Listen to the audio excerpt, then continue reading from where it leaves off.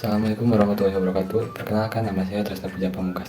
Saya dari kelompok 9 Ekonomi Makro. Kelompok 9 beranggotakan saya sendiri, Selin Nur Azizah, Melia Azahra, Siti Hilma, dan Jihan Nabila Putri. Di sini saya akan sedikit menjelaskan tentang tema yang kelompok kami dapatkan. Tema yang kelompok kami dapatkan yaitu pengangguran. Pengangguran atau tunakarya merupakan istilah yang diberikan kepada angkatan kerja yang tidak bekerja sama sekali atau orang yang sedang mencari pekerjaan. Di sini ada beberapa penyebab dari pengangguran. Penyebab yang pertama, kemampuan para pencari kerja yang tidak sesuai. Ada pula penyebab kedua, yaitu adanya kemajuan teknologi yang menggantikan manusia. Seperti pada pabrik-pabrik sekarang sudah menggunakan teknologi, sudah tidak lagi menggunakan tenaga manusia. Penyebab yang ketiga, besarnya angkatan kerja yang tidak seimbang dengan kesempatan kerja. Ada pula penyebab keempat, ketidakseimbangan antara pekerja dan jumlah tenaga kerja yang cepat. Penyebab kelima, pertumbuhan penduduk yang cepat. Penyebab keenam, keterbatasan keterampilan. Penyebab ketujuh, terbatasnya lowongan kerja dan tingginya kebutuhan kerja. Penyebab ke-9, jumlah lapangan kerja yang tersedia lebih kecil dari jumlah pencari kerja. Penyebab ke-10, tenaga kerja yang ada di daerah dengan di kota tidak dimanfaatkan dengan seimbang.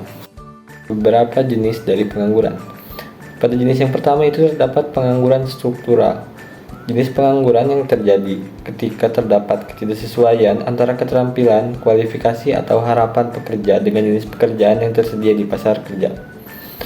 Pengangguran yang kedua yaitu adalah pengangguran siklikal. Pengangguran siklikal yaitu pengangguran yang terkait erat dengan perubahan dalam siklus bisnis atau ekonomi suatu negara. Pengangguran yang ketiga yaitu pengangguran friksional. Pengangguran friksional adalah pengangguran yang terjadi ketika individu mencari pekerjaan baru atau beralih dari pekerjaan yang satu ke pekerjaan yang lain. Ada pula pengangguran yang keempat, yaitu pengangguran musiman. Pengangguran ini terjadi secara berkala atau sesuai dengan perubahan musim. Maksudnya pekerjaan ini waktunya tidak terbatas. Dan yang terakhir adalah pengangguran voluntary, yaitu situasi di mana seseorang secara sukarela memilih untuk tidak mencari pekerjaan atau bekerja secara penuh waktu karena alasan tertentu. Oke, selanjutnya saya akan menjelaskan tentang dampak dari pengangguran. Yaitu dampak yang pertama adalah berpotensi membuat keuangan negara membengkak. Pengangguran dapat menyebabkan biaya keuangan satu negara menjadi membengkak.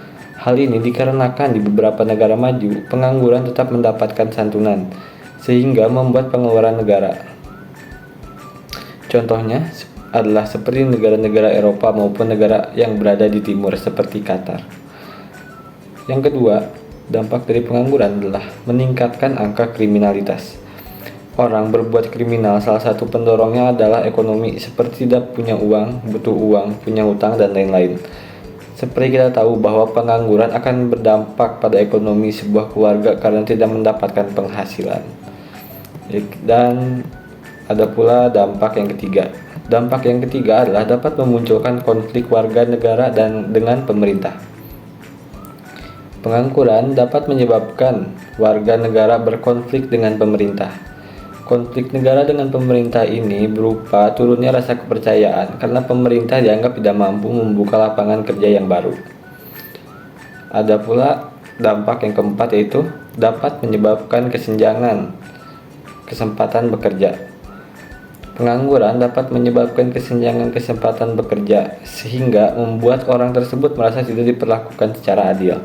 Contohnya adalah kasus yang sering terjadi di Indonesia, yaitu orang-orang memiliki koneksi akan mendapatkan kesempatan kerja yang lebih memungkinkan dibandingkan orang yang tidak memiliki koneksi.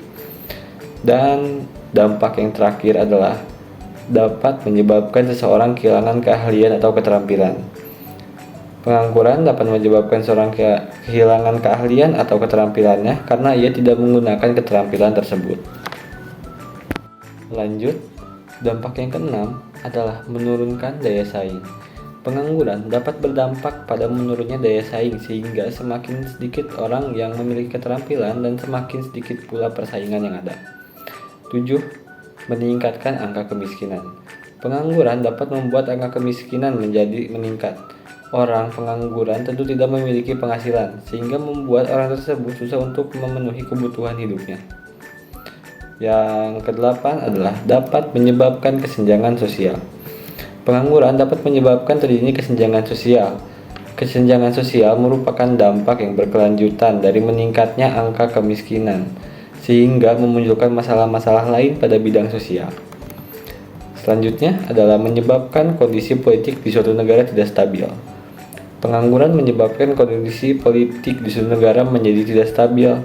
Karena hal ini, pengangguran dapat membawa banyak masalah dan dampak pada lingkungan yang menyebabkan pemerintahan saat itu menjadi tidak stabil. Dan dampak yang terakhir adalah meningkatnya konflik dalam rumah tangga. Pengangguran dapat menyebabkan meningkatkan konflik dalam rumah tangga. Hal ini dikarenakan pengangguran dapat membuat pendapatan atau penghasilan menjadi berkurang, padahal kebutuhan rumah tangga masih harus dipenuhi, sehingga dapat menyebabkan terjadinya konflik rumah tangga atau bahkan membuat konflik rumah tangga menjadi meningkat. Yang selanjutnya adalah solusi dari masalah pengangguran. Solusi yang pertama adalah menyediakan lowongan pekerjaan. Untuk menghindari masalah pengangguran yang semakin serius, tambahan lowongan pekerjaan yang cukup perlu disediakan dari tahun ke tahun. Yang kedua, meningkatkan informasi pasar kerja. Pemerintah, perusahaan, dan masyarakat perlu berkolaborasi dalam meningkatkan akses informasi pasar kerja agar lebih mudah diakses oleh semua kalangan. Yang ketiga adalah pembangunan infrastruktur. Investasi dalam infrastruktur bisa menciptakan lapangan kerja baru secara langsung dan memicu pertumbuhan ekonomi di sektor terkait. Yang keempat adalah dukungan untuk usaha kecil dan menengah. Mendorong pertumbuhan UKM melalui insentif pajak, akses keuangan yang lebih baik, dan pelatihan kewirausahaan dapat menciptakan lebih banyak kesempatan kerja. Yang kelima adalah kemitraan industri pendidikan. Membangun kemitraan erat antara dunia pendidikan dengan industri untuk memastikan bahwa kurikulum disesuaikan dengan kebutuhan pasar kerja. Yang keenam adalah program magang dan pelatihan. Mendorong program magang yang efektif dan pelatihan kerja yang mengarah pada peningkatan keterampilan dan pengalaman praktis bagi para pencari kerja. Jadi dari semua pembahasan yang tadi telah saya sampaikan, ada sebuah kesimpulan dari pengangguran, yaitu pengangguran tidak terbatas pada orang-orang yang tidak bekerja saja, namun juga mencakup orang-orang yang sedang mencari pekerjaan. Pengangguran terdiri dari berbagai macam jenis masalah. Pengangguran membawa dampak negatif yang kompleks bagi sebuah negara. Oleh karenanya, penting sekali untuk memberantas masalah ini. Hanya sekian yang bisa saya sampaikan. Bila ada kekurangan, mohon dimaafkan. Assalamualaikum warahmatullahi wabarakatuh.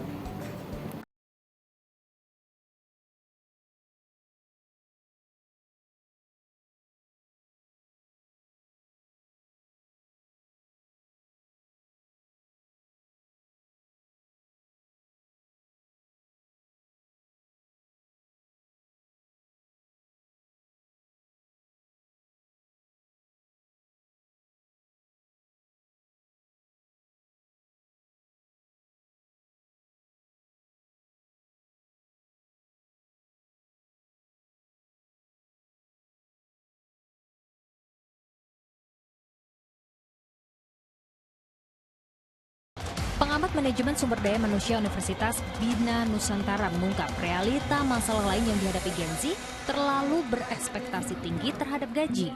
Karena mereka dari awal